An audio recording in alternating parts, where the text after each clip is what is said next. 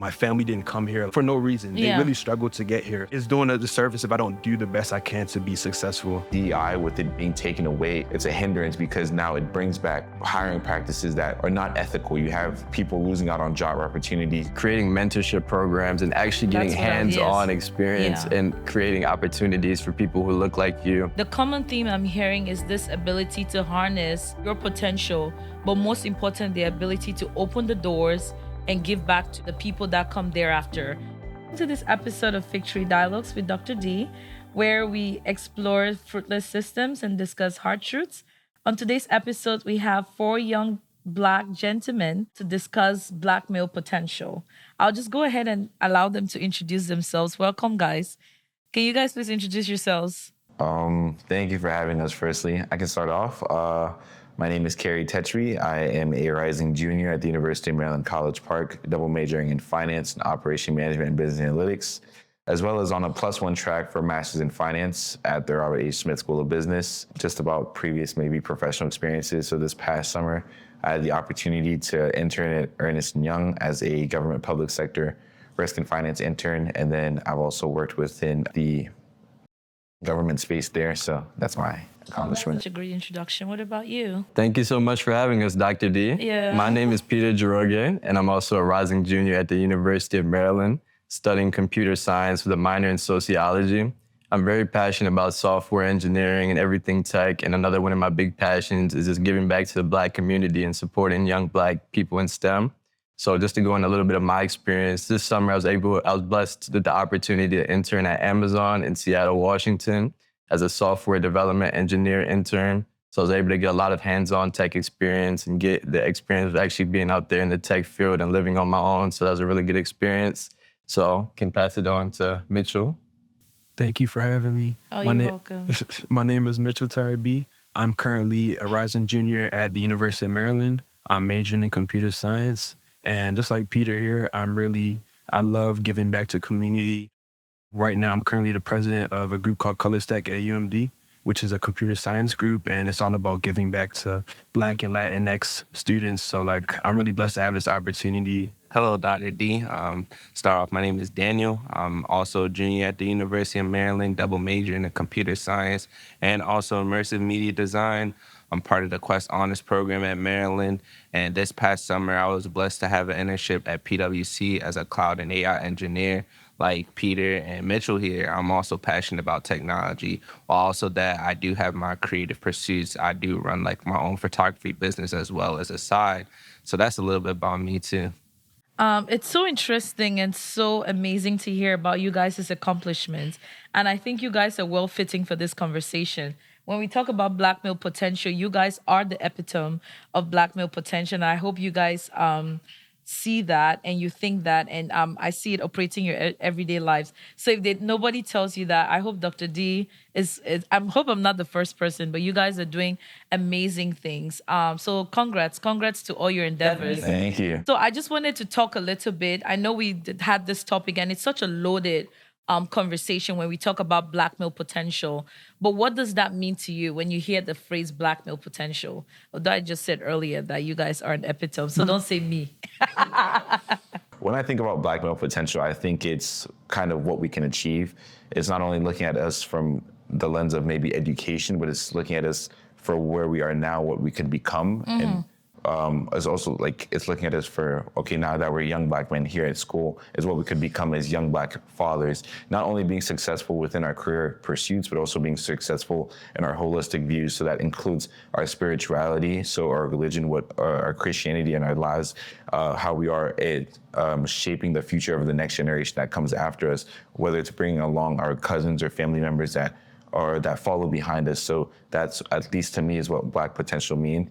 Being able to not only invest in yourself to grow to be who you could become, but also the people behind you and then the family members that you have alongside with you. That's beautiful. Anybody else? Yeah, just to add to that, I think a big part of that is overachieving the expectations you put on yourself, but not only doing that, but breaking barriers for people in the future. I think a big part of potential is not only just achieving it for yourself, it's just opening the door for other people to break through and get the same opportunities that you got. Yeah. Yeah, to add on what these guys said, it's funny that I heard this in church today. Okay. And, So and the spirit is one. yeah, It's so this always one on movement, Dr. D's man. when Dr. D is involved. Yeah, so like what I heard today was about pouring into other people. Like my friend said, as a black man, it's really important that we're pouring into our fellow black brothers because as of right now, we kind of have the short end of the stick. So it's really important that we're supporting each other by pouring into each other, mentorship, building each other up, whether it's words of Yeah, words of affirmation. affirmation Yes. or anything like that. It's really important that we do that. Yeah. Oh yeah. So like to add on to what everybody's saying, like also just a person that can leave a good legacy behind. I know like a lot of the men in my life, they're laying out legacies that will pass on to generation, especially for my nieces and nephews. So just a person, if you see potential, see how hardworking they are, again, going back to the spirituality thing, like seeing the blessings that comes to them and how they're using their gifts to share out their fruits to the other people is a way like you could see a potential in another person as well. Yeah, that's very beautiful. And I think that just interacting with you guys from behind the scenes and listening to you guys talk, the common theme I'm hearing is this ability to harness your potential, but most important, the ability to open the doors and give back to the people that come thereafter. And so what like Dan said it so beautifully, legacy building. So before we talk about legacy and move into the aspect of the future, let's take a little journey into the past. So when you guys talk about black male potential, who has been like a role model, and it can be female, it can be male, that has really helped you see that potential in yourself and challenged you to live up to that potential? Yeah, I can go about that as well. Not too long ago, I just had like a general conversation with my parents, which are those the people that like I see as like my role models. Like back then, my dad was talking to me about how he grew up in the past, how he kind of like lost his parents in a early kind of stage, how he had to step up as being a man. And one thing he just told me that he wanted me and also my siblings to carry on was just keeping God in our life, keeping him as the center and being true to yourself at the end of the day. Especially in Nigeria, there's a lot of like ways that you can get societally influenced. But one thing my dad did was remain focused. And especially when he had a little brother and a sister that he also had to take care of and also navigate through his career, knowing that he also had a family to soon be in charge of. It was like another way of like telling me like, again, you're going into this world, just know that, God is with you. Everything that you want to get done is through him while just remaining true to yourself. Don't follow you around, because one thing that I can say especially is like you are who you are around with. As you can see, like well, all of us, like I'm a product of these guys and I'm also a product of what is also in my household. So it was like make sure you're around good people at all times. And yeah, that's what I can say about that. Oh, that's so beautiful. I hope Dad gets to watch this episode and seeing how much, because one thing I would basically say as a young African child myself is that most of the times when our parents sit down to talk with us, they think we're not listening. Yeah. But what they don't know is that they are planting seeds that will eventually take root. It might not take root in the moment and they might not see the fruits of that. But as we grow, we're definitely keen to their words. And as we walk in life, we're taking heed of their words. So I hope he gets to see this episode and feel proud of what you're saying about him and what you accomplished this summer. Anybody else? I say Yes. I have a similar like story to his, but I say my role model is definitely my father. Okay. Because during the summer, he spoke to me a lot about how basically his journey to America, where he came from. He didn't have a father. His father died while he was young. So like his family members, his mother, his aunts were the ones supporting him. So hearing his story about how he navigated Nigeria and how he eventually came to America, because he went to a college in New Mexico. So he finished his bachelor's in about 2 years. So that's constantly every break summer, he's doing summer classes, extra classes, overloading on credits. He's working as a janitor. So doing all that to make sure his dreams come true, making sure that he does all that to take care of his family that's back in Nigeria, who's depending on him. Yeah. Saying all that really motivates me that, wow, my family didn't come here like for no reason. They really struggled to get here. So I'm doing them a disservice to them and myself as well by not doing as much as I can to whether it's school, whether it's just being like, Yeah. period, Yeah. is doing a disservice if I don't do the best I can to be successful. Yeah. So seeing how my father grew up, Yeah. that's like That's an an example. inspiration. Exactly. Yeah, he's pretty smart too. I know your dad's story reminds me of mine because when I decided to do pharmacy school, I basically started out at Rutgers University where I was first in my family to go to college. So I went to Rutgers under this guise that under the idea that you needed a bachelor's degree to go to pharmacy school. And so I get to Rutgers and I'm like, starting school, doing my biochemistry major. And then my mom calls me. She's like, I've been talking to some friends and they just told me you don't need a bachelor's degree to do pharmacy school. Look, because how much I was paying at Rutgers, I had like scholarship and everything. And I had almost like 6 figures in scholarship, but they were running out in the 2 years that I was there because I was out of state. And then when she told me that, I packed my bags. I came to Montgomery College. So go Raptors. And came to Montgomery College. In 2 years, I was done with my prerequisites. So that was over like 70-something credits. I did fall, summer 1, summer 2, winter. I was like back to back. If you saw me during that time, I was not Dr. D. Look, sometimes, and like what your dad did, sometimes you just need to put your head down, do what you need to do, chase your dreams so that you can realize the potential that you can eventually be. Because like Daniel said, like there's so much distractions out here, especially for you young men. So your dad, kudos to him. And I know what that journey feels like. Yeah. So I'm pretty happy that you consider that as part of your success story and as part of your legacy building. And the fact that your success is not just yours, it's for him too. So you guys have very beautiful stories. Anyway, who's going next? I can go too. I like the way you guys are so organized in your speech. I think just to add on to what they've been saying, just from my experience, both of my parents, they came here at age 20. So you can only imagine I'm 20 now, taking myself to a new country with no family, no friends, and just building a new life from there. Yeah. So my daddy's here from age 20. He's the first one from his family to go to college. He's working hard every day to put food on the table every day for everybody throughout the family, go to college, make ends meet. And you can only imagine the struggle that he went through just to give me and my sister the experience that we got. So you just take their experiences and another big thing that they do, my dad and my uncles as well, they make sure to share like their mistakes that they went through during their periods, like where they went wrong. That's beautiful. And you're able to see the mistakes that they made and learn not only from your own mistakes, but from their mistakes as well. So you can learn and grow from that. So I think being able to go in and see my father's experience, all of my uncles' experience has shaped me to the man that I am today and get me to my true potential as well. You guys are going to make me cry. You guys are going to make, I'm sorry I have to comment. I'm so sorry. The experiences are so beautiful because you don't see men being vulnerable. You don't see, and then talk less of, you don't see people like sharing their errors in life. Talk less now of like, because their fathers, right? They want to portray power. Like African parents will say, I was always the first in class.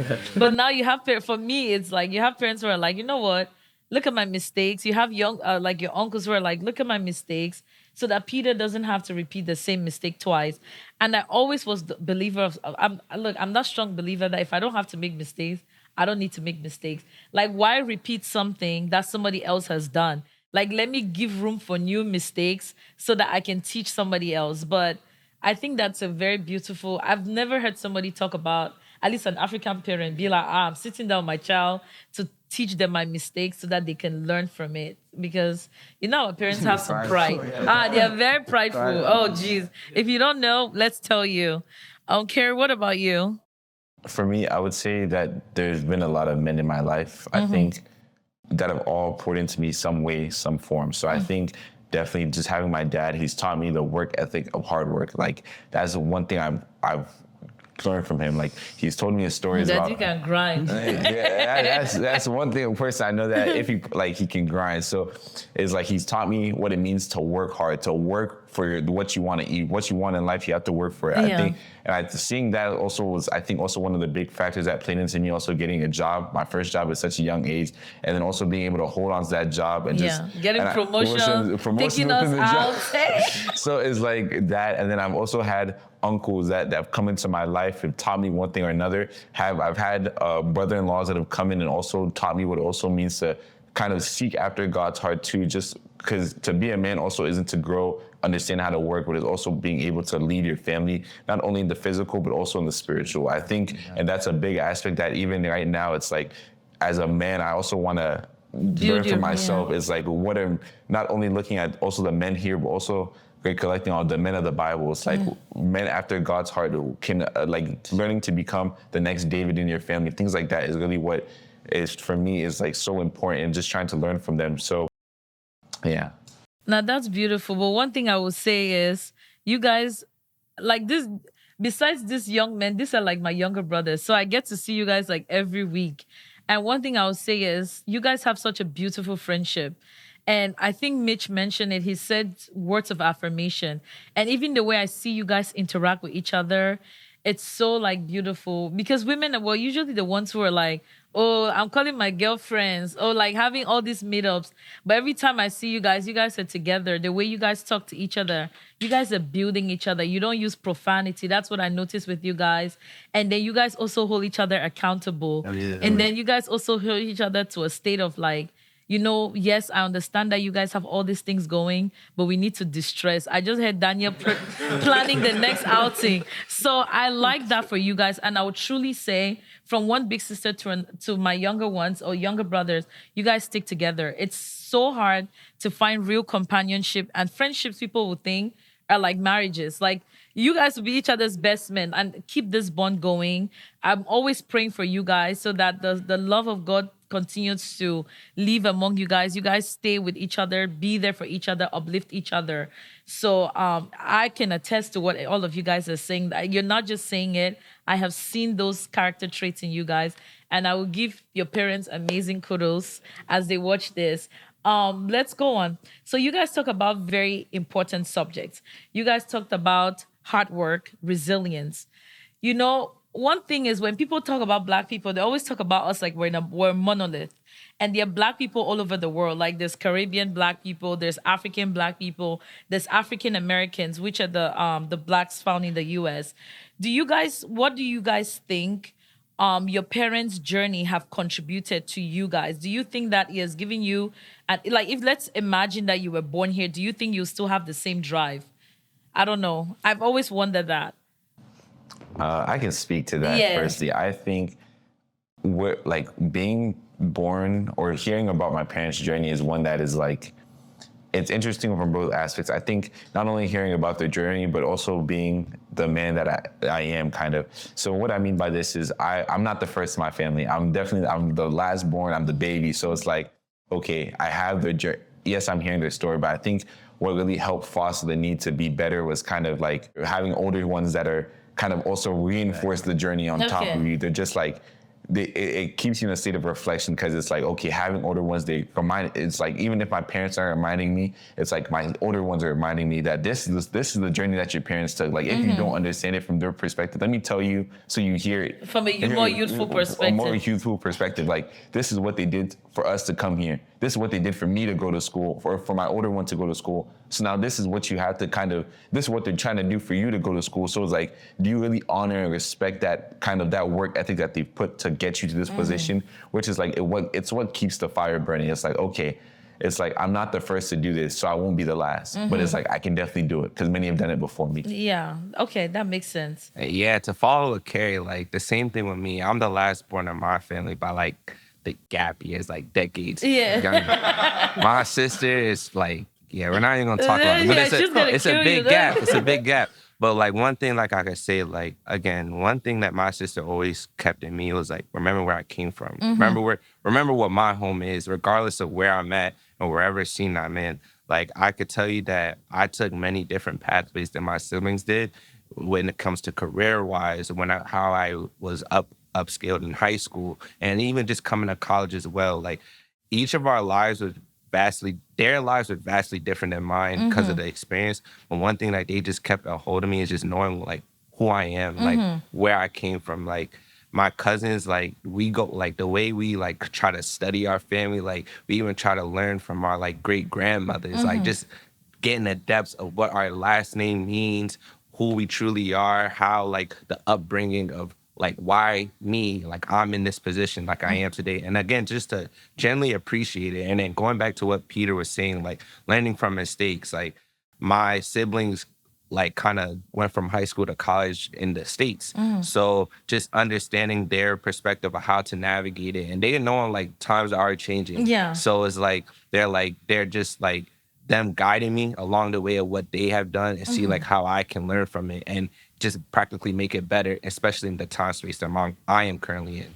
Definitely. Yeah, just to add to both of what they said, I'm also the youngest. So we as two babies and put here. 3 of them, so there's a big gap between me and my older sister. But one thing that I've learned from both my parents and my older sister, like I was saying, my parents, they came here at the same age as I am now. So just seeing where they were, how they moved to get to where they are now, how much they struggled to get where they are, how much the work they put in, the grind they put in, just forces you to work harder and see if they can do it at my age, why can't I do it, and why can't I do it harder?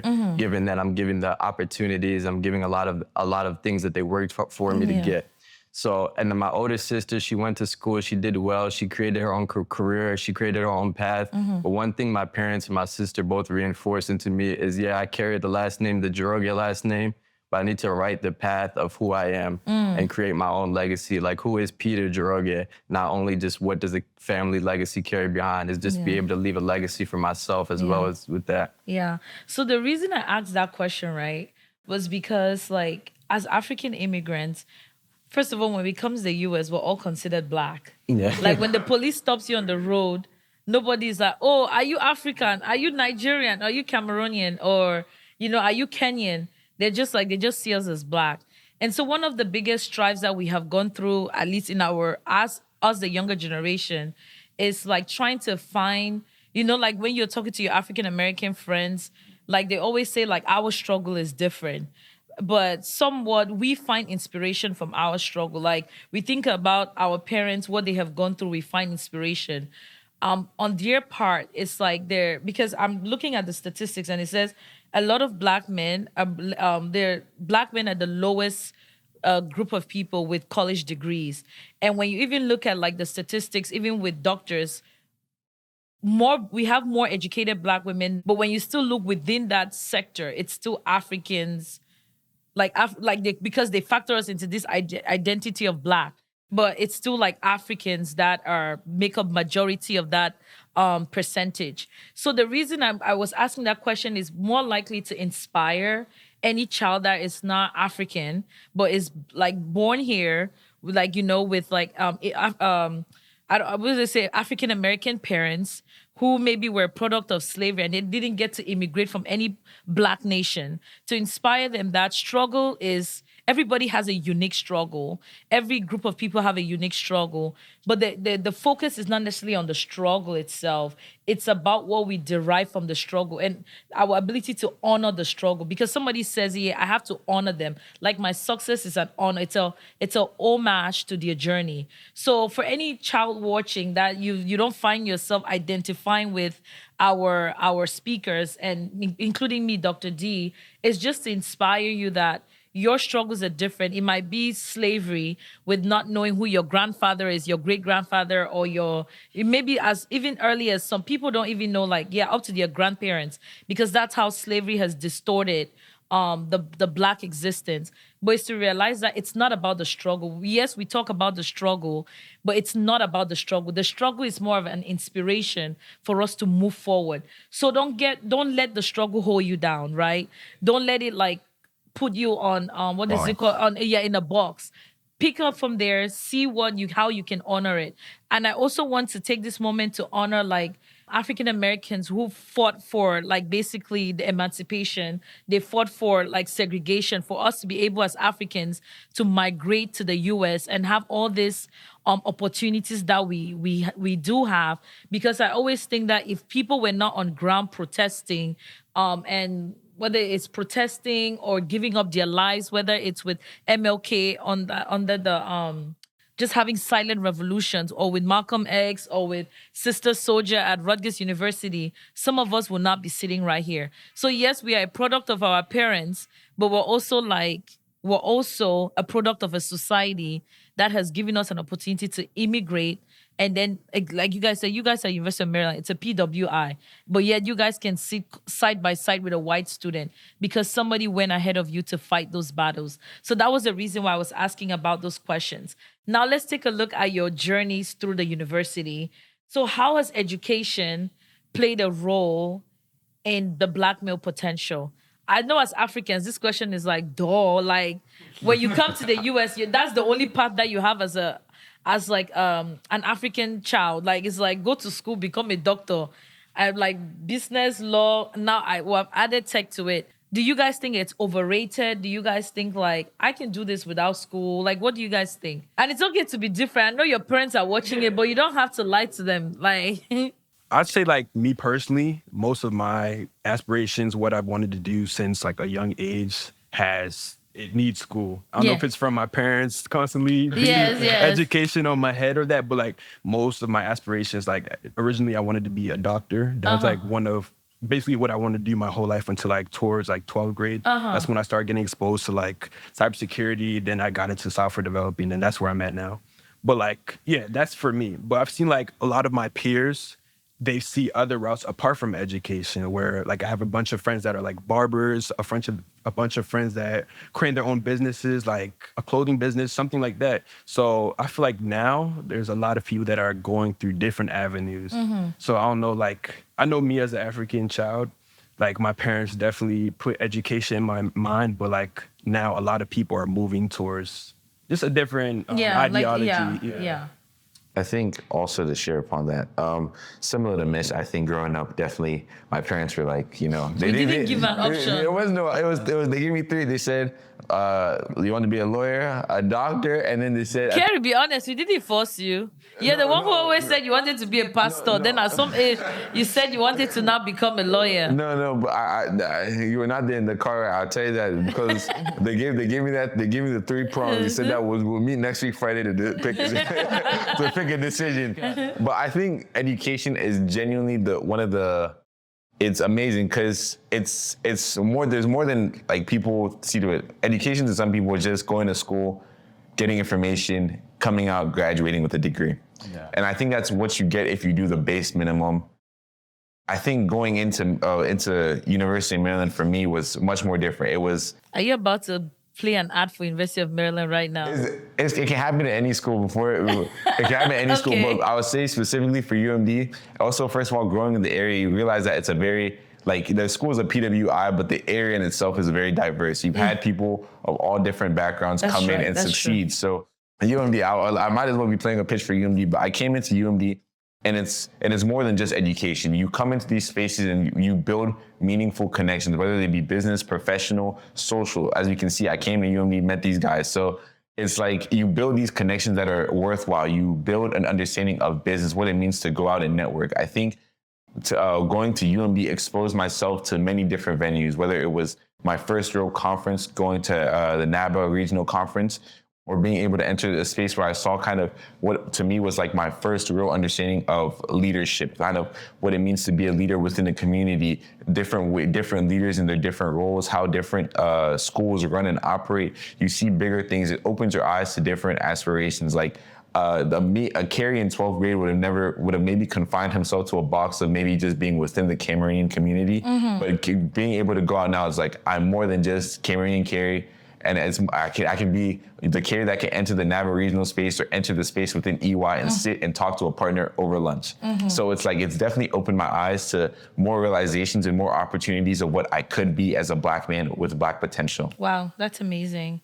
To go alongside, like I can speak especially for me, Peter and Mitch. We grew up around like a place like Baltimore where like it's literally like kind of there's different avenues that are kind of abnormal to be successful. Like you can go the athletic route, you can go the like creating your own business, creating your own like foundation route. Like you generally don't need education. The way, especially how I grew up in Baltimore, the way I saw education was just like learning from other people and see what I can apply to my life. I was my youngin days, like I was part of the most like the athletic route. So listen to all like the athletes that were very known around my town, or just the trainers. Like they did not only just giving me like athletic advice, but giving me personal life, like life, just generally being more adapted into your like surroundings. So especially when I got into UMD, it was a change of scenery. Going from Baltimore to College Park, that's the drastic difference. Yeah. It was like for me, I had to now generally adjust to myself of, okay, now I'm in College Park. I'm around all these like white people, so I can't act like how I was acting in Baltimore. So now I gotta kind of shift my change. Yeah. I gotta talk different. I have to understand differently. That's the type of education that was my understanding of education. Like just being more aware of my surroundings and also knowing what to sink into my life, that I knew that I was valuable. I can value from. Just to tie what everybody has been saying together, I also had the same experience where our parents are telling you, yeah, school or nothing, you doctor, engineer, lawyer, you choose one of those three. But I think a big part of that comes from them, stemming from them wanting to us to be achievers, and us to achieve all the goals that they'd set in place, all the goals that we're willing to achieve, that we're capable of achieving. But I think now that we're in 2025, there's so many different avenues for you to be an achiever. So I think, like Mitch was saying, you can also go into things like creatives, be a creative. You can do hair, you can cut hair, you can be a creative, go into arts. I think a big thing with that is just making sure you're going above and beyond to overachieve rather than underachieve. Like Kerry was saying also, college gave us the sense of experience. We're able to get a lot more than just the education. So if you were to go to a route outside of education, it's just making sure you go out of your way to create that experience for yourself, so you get the same experience and still become an overachiever in the route that's best for you. So I think there's a mix of both worlds. While education is like extremely important in today's world, I feel like there's so many other ways in 2025 to be successful outside of just going to college and getting an education the traditional way. You can also get your education in ways that weren't considered traditional from our African parents. You know, you guys are bringing up very like great points of conversation. Like what I'm hearing is like, don't waste your tuition. Take more than just classes. Which is what, like, if anybody who is giving you that first year college experience tour tells you, like, there's so much clubs, it's like explore. I enjoyed school. Like, I was one of those children. I love being in school. And even now as an adult, I'm like, I actually miss school. Like Kerry mentioned, like you opens your world. And he says, I'm no longer the Cameroonian Kerry, because you can basically go into dialogue, talk to a Nigerian, talk to a Kenyan, talk to an American, like to a white American, to an Indian. It's like college is like a microcosm of what our world should be. You know, like people from different races, cultures coming together and creating their own think tank. And you guys sometimes will agree, sometimes you disagree, but you're in an environment that allows you to engage, right? And I think about college, like, you know, when you have those Greek, when you think about Aristotle and Plato and how they used to debate in the courtyards of like the old Greek empires, I think about college like that, because my college years was truly fun. I like protested. I was like, I went wild. I was always protesting something. I think I should call myself a protestant. But it was good because it also helped me. It gave me the ability to come out of my shell. Because I was this child from Africa, and I was like scared of my accent. And then you got to college, you saw people with the heaviest accent, and they were like yappy. I was like, if this girl from India can talk with this accent, let me just pack myself aside. But that's what college did for us. And then you get to form like beautiful friendships and interactions. And then one thing that Dan also said, it was like, you basically learn that the world doesn't revolve around your identity, and that you're almost and we're all characters, and we're acting in this thing called life. And Dan basically said you should be able to step into every room and adjust to the room, basically. Like, you cannot take Baltimore to College Park. You should be able to, Americans will say it's code switching, but code switching is is necessary because it builds rapport, it builds identity. And then and you guys were basically bringing up this really good point about college giving you opportunities. Like you talked about having the internship at EY, you talked about Amazon. And even though you love tech, and Mitch brought it up, it's like college was almost the way I had to go because it would be so hard for me to explore these systems without college. So, but one of the hardest barriers, I don't know if you guys grapple with, is the tremendous cost of school, right? So yes, this college experience is so beautiful, but how have you guys gone about like paying for it? How have our parents or your parents gone about taking care of the tuitions? Is it scholarships? Is it internships? What are some of the strategies that you set for yourself so that you can afford to actually attend college, stay in college? Was this something where you planned like in high school and you're like, okay, I know I have to go to college, so let me start doing this? Or was this something was just like, by God's grace, I found myself here. By God's grace, is getting paid. Like, what is, I want us to be realistic because a young child watching this would be like, wow, this sounds like a very beautiful experience. And then now they're hit with that disappointment that I can never go to this because of money. And it will also shift us into this idea of where our society/government is heading to in terms of financial aid, DEI, and things like that. So how have you guys gone about like affording this very expensive journey? Prayer. Prayer. That's all I can say. I'll just say I'm just thankful for my parents and the amount of work they put in, and especially my community as well. Like everybody like that just helped me throughout the way. What I can say to everybody is like pray. One, like only God can truly like help you with that. Because like I won't lie, I don't know much, but it is getting difficult as I'm hearing. So it's like pray. Talk to family, try to figure out a game plan is what I will say. Yeah. I'd say definitely doing your best to apply for scholarships. I feel like I get not lucky at all when it comes to scholarships, but definitely my family, they've done a lot to make sure they're supporting me and allowing me to go to school. But also the sad truth of loans, taking out loans. Yeah. For me, when it came to before I chose what school I wanted to go to, definitely looking at UMD, I knew how important it is when it comes to like the computer science program, how I guess you could say prestigious it is. Yeah. Having UMD being close to DC where there's a lot of big tech companies, there's definitely advantages when it comes to coming to UMD. And like, it was kind of like a weighing the pros and cons. And ultimately I saw that UMD was the best for my career. Though I have to take out loans, I see it as like an investment. A lot of people shy away from loans, which makes sense. But like I see like, if you go to this college, you have this purpose, graduate computer science, by the grace of God, you get into a very high-paying tech role. You're going to be able to pay off those loans, and you're also going to be elevated in this high, when it comes to tech, you're going to be elevated to this high position. Where maybe if I would have went to a school that didn't have much exposure when it comes to computer science or anything like that, it would have been, maybe I would have got to there eventually by the grace of God, but it would have been a slower process. So I see like, I guess to anybody who's like considering that, I feel like if you definitely feel like you have purpose coming to this college and it will help you achieve your goal, it's definitely worth taking that sacrifice and seeing it as investing into yourself. Yeah. So yeah, that's what I have to say with that. What I would say about like when it comes to paying for school and things like that, I will firstly say I'm so thankful to God. I'm blessed. I'm highly blessed. I am highly blessed because God knows like it's Kerry ate our money. I'm highly blessed because I remember that first year. It was a debate. I'll share it. Please share.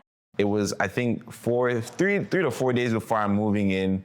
I'm like, okay, I'm checking my financial aid portal 5 days before. I'm like, okay, we're good. I'm going to get a refund check. I'm telling my sisters, I'm like, what do you want to do with the money? Should we go to dinner on our first? Maybe when the refund, let's go to dinner, celebrate me. 4 days coming in, I'm checking, okay, I see my financial portal. I'm seeing that I'm owing money. I'm saying, what's going on? I call the school. They're like, no, it's okay. You'll probably come back. I call again on the third day. I'm seeing that I'm owing a larger amount now. I'm saying $15K due in 3 days. I'm wondering in my head, who's gonna pay $15K due in 3 days? Because it's not me, and this is not what I was promised. So I found out that basically through like UMD's verification system or whatever, they said that I lost all the grants, all the scholarships that I had earned from my first year. and I was the biggest contemplation. I was just like, I sat in that room, and I was like, it's okay. I'll stay in the house. Like, I was ready to stay at home. I was like, there's no way I can ask for somebody to pay $15K out of pocket in 3 days and pretend like it's gonna come out of nowhere. And also, I want to say thank God that I also have a mother of faith, because she was like, no, go to school. The money will get paid somehow, some way. And I also want to thank God that I have 2 older sisters that are. If it's stressed, they just blow it away. So they came in. I just remember they came, they paid it off, all of it, that first year. I pulled out loans of maybe $5,500 within that first school year. So they paid off my first 2 semesters. And I think this also, we're going to college, like, despite the loans, sometimes I came in and everybody pointed me to the next scholarship opportunity. UMB came in, they said that we have our scholarship portal universe. Come in, apply for some scholarships. You'll definitely find one that'll probably match you. The business school has its own scholarship, so they pointed me to NABA, that has its own national scholarship. They pointed me to ALC, which has its own full-time, full coverage scholarship. So it's like, during that opportunities is where I've been blessed. And I think even now, there's a passage in the Bible was like, what the cacklworm thought he ate or what he stole, God replenished it double. So I've been blessed with the opportunity for like these past 2 years. So last year I got a full refund after paying $15,000. I said the money. So it's like I got a refund, and then this year I got another refund, and then I was able to also do an RA position at University of Maryland. So it's like there's different opportunities where it's like, if you really like look, it will find itself, or it'll come out. There will be destiny helpers along the way that'll maybe point you to the next scholarship opportunity or to the next road. Yeah, thank you guys for sharing. Peter, do you have any? Yeah, of course. Yes. Like they've been saying, it's completely up to God. Paying for school, completely out of your hand. There's so much stuff that we can't control, so a lot of it is just prayer. Yeah. I can speak a little bit from my experience. Yeah. I can remember me and my mom every night before that financial aid offer came. Like, just sitting there praying every single night, making sure everything is put together, praying, trusting God. But also, like Kerry mentioned, just having parents that are willing to say, okay, no matter how much this bill is, it's an investment in you, and we're willing and ready to take that investment. Having a parent's older sister that are willing to put forefront and say, we're ready to make this investment in you, and no matter how it goes. So we just go in praying every single night. And I can remember opening my financial aid portal. I had a little bit of different experience. I was able to. My money went to Peter's account. I opened the financial aid portal like the first day. I just see zeros, and you can just go in and thank God. Yeah. But just knowing you're willing to go in and make that investment, that's what education is. It's an investment in yourself. Just go in making initiatives to find scholarship opportunities. If you must, take out a loan, because you're gonna get it back. Like God, like Kerry said, God is gonna bring it back in double. So make sure you make that investment and have your faith in God, and He's gonna continue to bless you. Yeah, you guys bring up very important points, and one thing I would say is that you guys' relationship is very beautiful, in terms of with God, and I hope that you guys are testimonies. Like, you see how much your parents invest in the place of prayer, and then you use that for your future, like, issues, like whether it's money, whether it's relationships. I always tell Kerry, God is the only solution. When I look to my right is God. When I look in front is God's side. Anyhow you turn, let God be your final and your amen. Like, let Him be the first and the last. And I'm thankful that your experiences have shown that God is truly faithful, and that when He sees His children in the place of need, He comes to their rescue. And one thing I also want to reiterate for anybody who is watching and is stuck in this point, you guys mentioned key points. First of all, one thing that we have seen in the Cameroonian community is a proliferation of people sending like their young sons into the military in the idea of like not wanting to pay for their tuition. So some of them go the military route, which can have its advantages and its disadvantages. But that for me, that's the last route I'll recommend. Like, but it's an opportunity, because the military, you go serve for some couple of years, I think, depending on your contract, and then you get the GI Bill that's going to pay for school. The other point you guys mentioned is student loans that Mitch brought up, and I think you said it so beautifully. You said it's an investment in my future. Somebody said the best person to bet on is yourself. So you taking out that loan is you betting on yourself. And you realize how a lot of people are so fast to buy new cars, new shoes, new everything, but actually pay for school. Because guess what? They're not betting on themselves. Or maybe because their vantage point of school is not, it's not going to pay off. But you are betting in yourself. And I truly, truly, that's the first rule to being a successful person is every time you're giving the opportunity, you bet on yourself, you pay yourself. And student loans, that's an option. Another thing that Kerry mentioned was the RA position. For those who don't know and you're watching this, the RA position will give you a free room and board. It will give you room and board and also food if you are an RA on campus. And RA just means a residential assistant. So you're basically in charge of like a whole like floor in the campus or a building, and the campus will pay you for your room, your board, and your food, which is a very big chunk of your tuition. You actually realize that tuition is not that bad, but being an RA is actually a very good route. Another role is to be a teaching assistant. I was a teaching assistant in pharmacy school. They will pay for your tuition. So, and then since I lived off campus, I did not have room and board. So therefore, my pharmacy school was paid for with tuition, and then so I ended up paying zero. So that's another option. So as you start thinking about your junior year, I think they'll allow you to be a teaching assistant your junior year and your senior year. Start applying to those teaching assistant jobs in your department, and make good reports with your professors. So when those opportunities come up, you actually get to be take a first-hand seat in them. Another option was basically, what did you guys mention? Scholarships. So like if you're in the business school, if you're in the School of Computer Science, they usually will have like grant-based scholarship for high-achieving students. I wanted to say DEI, but you guys know where our country is going and how DEI has been taken off from a lot of universities. But for those of you who are listening and you think all hope is gone, truly, truly, there's so many opportunities. And first, let us meet God in a place of prayer, and He will always show you the way, because education is a vital part. And one thing you guys said that I want to reiterate is that it's not just about the classes, it's about the experience. When I went to college, I was president of the African Student Association. I sat on the Senate. I became president of the International Student Association. That was over 500 students. I created my own organization in pharmacy school. I ran my own projects. So all of those things make you eventually into the adult that you become, whether you're an adult that's always giving back to the community, or an adult who is just comfortable speaking in public spaces. I remember I started working with a senator at one point for the District of Maryland, and I got that job because I was a senator.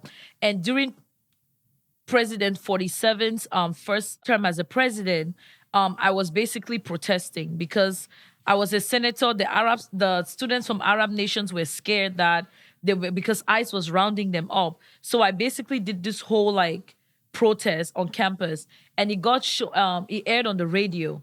So when it aired on the radio, the senator heard my speech, and she called the school and asked for me, and that's how I got a job working for the District of Maryland. And I was basically director of outreach. Mind you, I was I was 19 years old at the point. So there's something about school that I tell people that it's a beautiful experience. And don't let anybody rob you of that experience. You're paying for it. Go into those spaces, go into those offices. Those administrators are there to serve you. Whether it's, what are the travel abroad programs? My husband got to travel abroad to France for 6 months, just teaching French and being an ambassador for his French, the French Living Learning to France. Got to go to the French Caribbean. So those are the opportunities that school brings, that it's enriching. Let's not worry about, we're children of God. One thing that the Bible says is that if I can take care of the birds and they don't hoard food, what more of you? If the lilies of the valley can still keep showing their beauty, what more about you that I call you my child? So I always tell everybody, do not put your dreams on the back burner because of money. God always finds a way to take care of His own. And just seeing you guys, it's a great testament and testimony to the fact that He's still alive and dreams do come true, because I know you guys are going to be the great men and women. Sorry, there's no women. Let me say women. But the great men that you guys are destined to be, because these experiences have been so enriching. Now let's skip into, sorry I talked too much, but I wanted to make sure that if there's any young person, young man, young woman sitting on the other side of the camera, they get the full worth of what you guys' experiences are. I wanted to talk about DEI and what it means to you and how it has impacted you, if it has impacted your life in any way, shape, or form, and what your experiences around race has been when it comes to your college experience. I can get started on that. Yeah, Peter, go for it. Like Daniel mentioned before, me, Daniel, Mitchell, we all come from Baltimore. To go back even before college to our high school experience, we went to a fairly large high school, maybe like 2,800 students. Wow. Of those 2,800 students, 70% of them were of Black and Hispanic culture, which have like are historically marginalized communities. Yeah. And then if you go in and check the statistics of the school that we went to, which was a really good school in the area, only 20% of us were able to read at our grade level. Wow. Only 9% of us were able to do math at our grade level. And I think about 7 for science at our grade level. So you can see that 70% of those students were Black and Hispanic cultures out of historically marginalized groups. And you can see that a lot of us weren't getting the necessary resources that we needed to succeed. So when you think about DEI and the tools that they provide in like college admissions and jobs, and you see that we're given the short end of the stick even before we enter the college. So you can see that DEI has played a large part in not only us getting to college, it's even a blessing even that we're in college. Because if you would have told me at a sophomore year of high school, and these two can attest to that. If you would have told me all the things that I would have achieved at age 20, I would have sat and I would have laughed at you. Yeah. I didn't think that I was capable of that. Yeah. And that's another big issue that a lot of Black men and young Black men specifically that we face today is we internalize the idea that we're not capable of doing like big things like go to college, go in college and succeed, go in college and graduate. Yeah. And DEI played a big role in being able to help us reach those doors, to help us give the extra shove that we needed compared to maybe our non-Black or non-historically marginalized counterparts. So I feel like the removal of DEI is not only just stripping us in college of that experience, but stripping the younger generation. Yeah. And the young men are just gonna continue internalizing the idea and they can't, and they're not gonna get that extra push that they need to succeed. Definitely a thing with DEI is that a lot of factors play into it. I think a lot of times when it's being publicized on the news, it's looked at as, oh, maybe Black kids stealing opportunities from maybe their white counterparts or maybe someone that's more deserving. But I think one thing that's firstly not looked at is that the groups that DI represents, which is just under marginalized groups. So whether it be different genders, different races, such as such as African Americans or women. Even the military, even military personnel. Yeah, so like you have women that fall in that category. You have what's it called, the handicap, things of that nature. Firstly, I think that's what needs to be like addressed when looking at DEI. And I think it's also a big thing to let people know that DEI is not, oh, he wasn't worthy of his position, but it's more so he was worthy and of equal part, but it's because,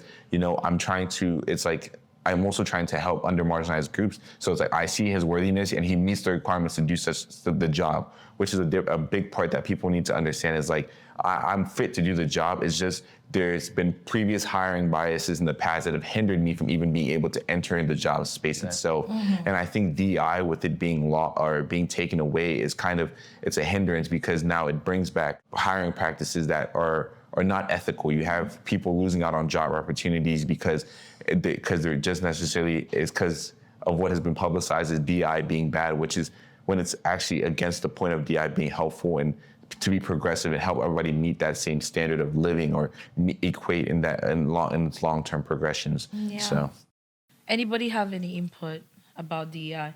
Because I have the next question. I think you guys bring up very valid points about because I see DEI as that conversation. I don't know if you guys have engaged with it about equality versus equity.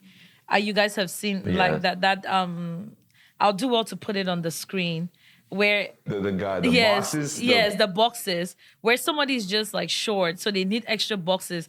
But the whole point is for all of us to equal the playing field. So I think it's been such a disadvantage that DEI has been framed and coined for what it's supposed to be and have morphed into something very different. And just for those who don't know, DEI started under Thurgood Marshall after segregation, when they did realize that separate but equal is not equal.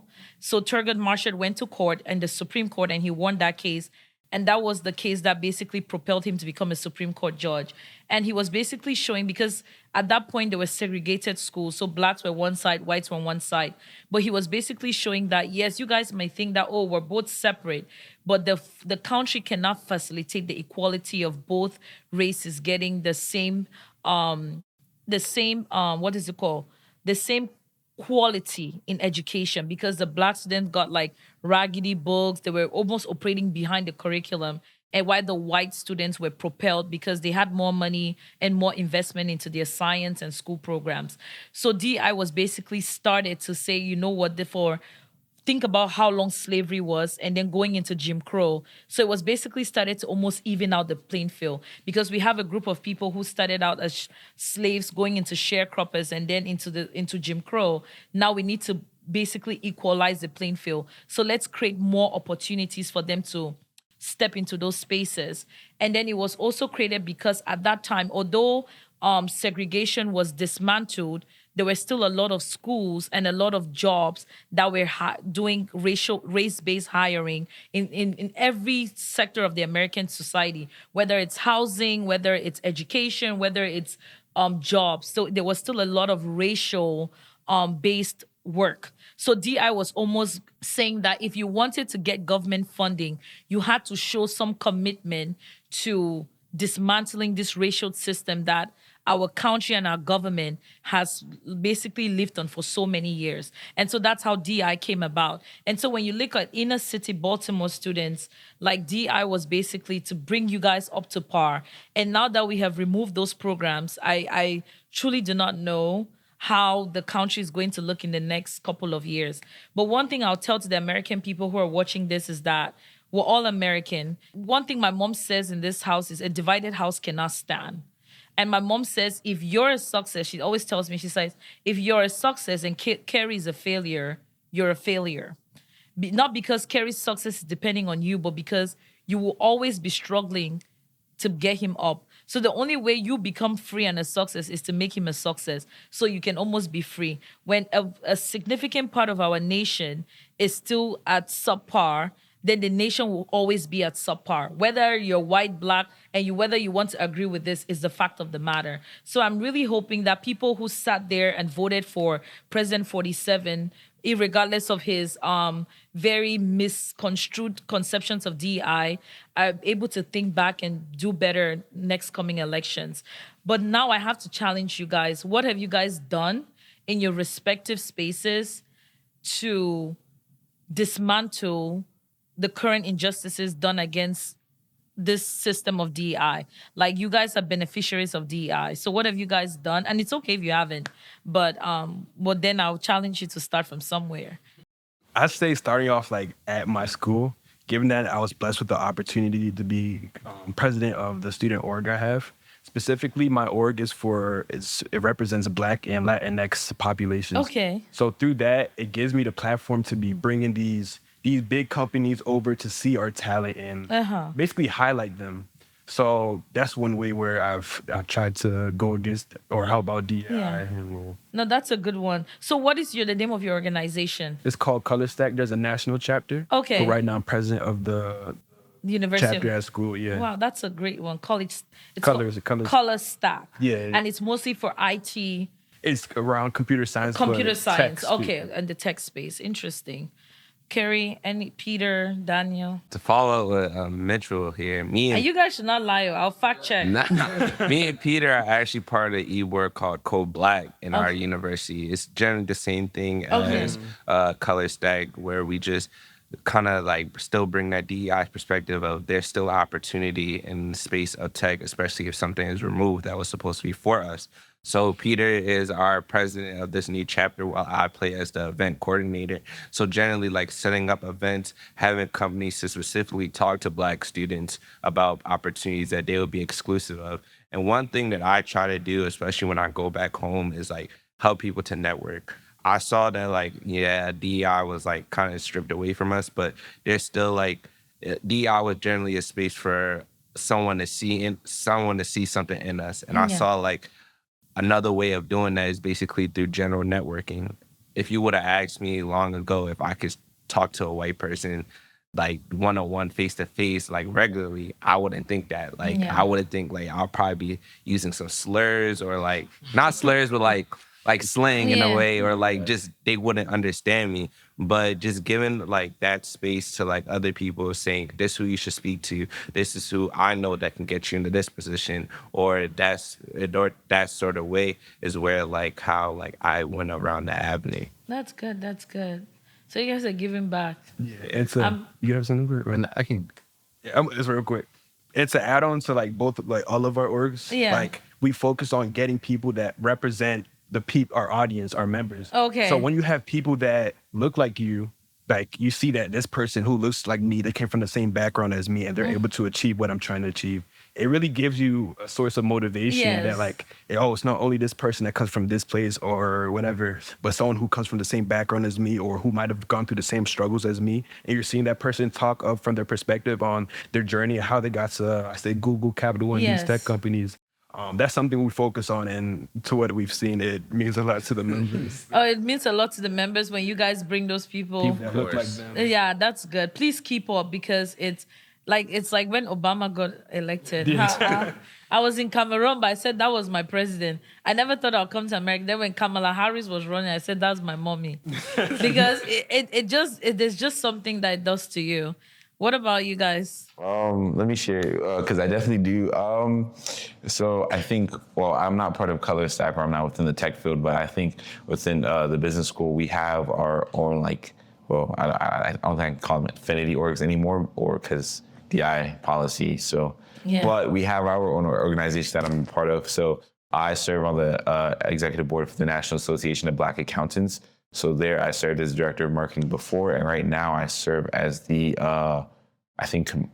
director of events. So kind of that within that role. So what we do actively is just, even though we have accountants in our name, it's open for everyone and anyone. So it's just within those spaces, bringing out those companies again, bringing them out to our meetings, and also finding a way to provide for our members. So like I said, we have the national scholarship opportunity, but we also have our regional scholarship opportunity within the chapter. So, and then we also just have our regional conferences, things like that, to put these professionals or these worthy students in front of these organizations that are looking to recruit from these certain schools. So at our national chapter, on our national level, we've had, I've been able to go to the national convention where we've had companies like Meta come out. We've had my company, EY, come out. They've had Deloitte. They've had Warner Bros. We've had Amazon. So just putting these students, again, in these spaces where it's like, it might be harder, maybe on these aren't individual level. Yeah, on an individual level, or maybe they're not target schools, but it's like, hey, we're putting you right in front of this recruiter right now. So it's like, this is your time to go out and shine, show them your best self. Yeah. So, yeah. I think this is a perfect time to add to what Kerry's saying. Like Daniel mentioned, I serve as the president for a club on campus called Code Black, which is one of the you're the president to Dan. Yeah, I'm the president Dan, to Dan. respect your president. I'm the president of Dan. We're at Oregon campus that's dedicated to promoting diversity in the tech space, whether it be computer science, IT, computer engineering, so on and so forth. I think one of the biggest initiatives that I've put my foot forward to work on is, which I think is very important, is creating mentorship programs and actually getting hands-on experience and creating opportunities for people who look like you. A lot of the work that some people do is just telling people what to do or giving advice, but there's not many people out there that are actually going out and holding you accountable and creating mentorship programs and actually putting their hands on and helping you get to where you need to be. So that's one of the things that I've been working on, and we created a mentorship program this past year where upperclassmen are able to share their experience to underclassmen and get actually hands-on and hold each other accountable to their standards in order to succeed. So I can even speak on my experience. I don't know what I would have been able to do without the upperclassmen that would have helped me out. A lot of the internships, the scholarships, they were all given to me or given advice or from having upperclassmen being hands-on. I think that's one of the biggest things I'm looking for in the future, is to be able to create opportunities for other people to get the same experience that I did. And that means just being hands-on rather than just telling them what to do. And another thing that's very important is teaching the younger generation of like African American, African Black students to just be unapologetically yourself. Yeah. Like I'm an African American born man, and I'm not afraid to show that in any other ways. Either like there's a layer of professionalism, but you shouldn't be able to be scared about like who you are and where you come from. You should be able to go in your corporate setting and know like they want me for who I am, and I bring value to where I'm at. Even though I'm African, I'm American born, I bring that sense of culture, but these people are gonna want me for who I am. So I think a big part of that is just instilling to these students that like these people, they want you for who you are. And if this is not a setting where they don't want you for who you are, it's not where you wanna be. So I think that's very important. Wow, this is very heavy. Like you're almost closing down the podcast, Peter. Yeah. How dare you close my podcast down? But you guys are highlighting very important things. You guys mentioned, for those who are watching and you're on the UMD campus, you guys said Code Black. And Mitch, what was yours again? Color Stack. Color Stack, yes. Code Black, Color Stacks. Those are computer science clubs for Black and brown students to join. And Peter, I want to commend you for that mentorship. Because one of the things that I've realized in mentorship is people just want to tell you, but they don't want to know. There's nobody to hold your hand and say, look, you're doing this right. And I tell people that sometimes the answers you get is just as good as the questions you ask. But when you're looking at a first generation college student, you don't even have the right questions. So you need a big brother who is like, yo, look, this is how it is. Like somebody who is actually dedicated to helping you. And just the fact that you mentioned that intentional mentorship, it's going to take so much from you guys, but it's going to be a very rewarding experience. And the good thing is, like, we're all Christians, and the Bible says that you're blessed so that you could be a blessing. And it's the same thing Mordecai said to Esther. It is for a time like this that you guys were created. It's for a time like this that America needs to see that young Black men like yourself are bringing something to the table. You're bringing your culture, your experience, your personhood, but most importantly, your intelligence, you're diligent. It was so powerful how you said that you want to be in a space where they want you for who you are. And if there's any form of it's not that you're being unprofessional, but basically who you are is a part of you, and you just don't want to be a number. And I think a lot of us as Black people, especially under this administration, are having to cave and cater just so that we could have bread. And you're challenging us to something deeper, to almost like fight for our right to exist. And that's very powerful. I have just one more question to ask you guys. It's going to be a closing reflection. My question for you guys is, like, what are your 5 to 10 year goals as young Black men? And it doesn't always have to be professional in terms of spirituality, fatherhood, whatever it is. What are your goals for the next 5 to 10 years? And just use that to round up your closing to any young Black boy or girl listening. Shout out Ken and Wilmus for the 5-year plan, man. I'll tell you that much. I can start this. 5-year goals. I just see myself in a better light generally. I look at life as like my life personally as a pie chart in terms of my fitness is good, my health is good, my spiritual life is good, my financial is good, and my relationships is good. I dedicate my 20s, me personally, into like a foundation of the next 5 to 10 years of my life, knowing that I want to be financially stable by 27-ish. I want to have a good relationship with my family, my peers, or a significant other by like a certain time of day, or projecting to that to be more and to start building up a family.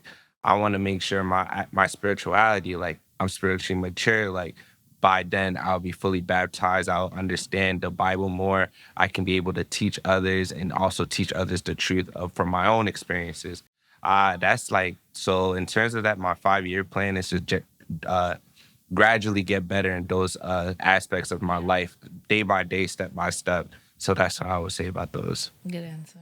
For me, I'd say like one of my most important priorities in like the next 5 years is definitely like spiritually. I want to make sure my foundation is more in the things of Christ, whether that's knowing the Bible more, knowing how to tackle certain situations in the Christ-like way. But most importantly, I feel like in the next 5 years, I pray that I'm in the position where I'm able to guide others to get closer to Christ, guide others around whatever obstacles that they're facing or anything like that, period.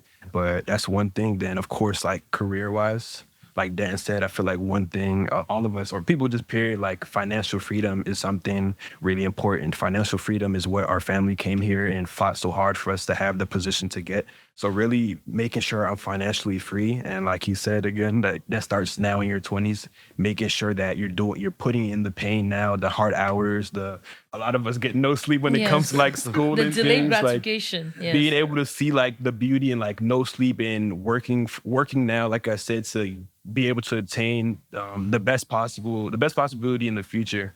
I really want to take pride in doing that in the next 5 years. So like, I guess 27, around 30, I have all those type of things down. Then from there, it's like, I guess it's like, like from there, I'll see from there. We'll start with 5 years. We'll start with 5 Yes. years. So yeah, that's for me. Yeah. I think the 5 to 10 years, I think I dedicate these next 5 to 10 years to creating a legacy. I think I look at legacy from a different viewpoint, not only like creating a legacy or a future for yourself, but creating a legacy for other people, letting other people create their own past. So I think I'm dedicating the next 5 to 10 years to do that, whether it be spiritually creating a life within Christ with myself, but also within my community as well, bringing people closer to God and creating an environment where a lot of people are close to God and putting God in their forefront, creating a family that's centered through God.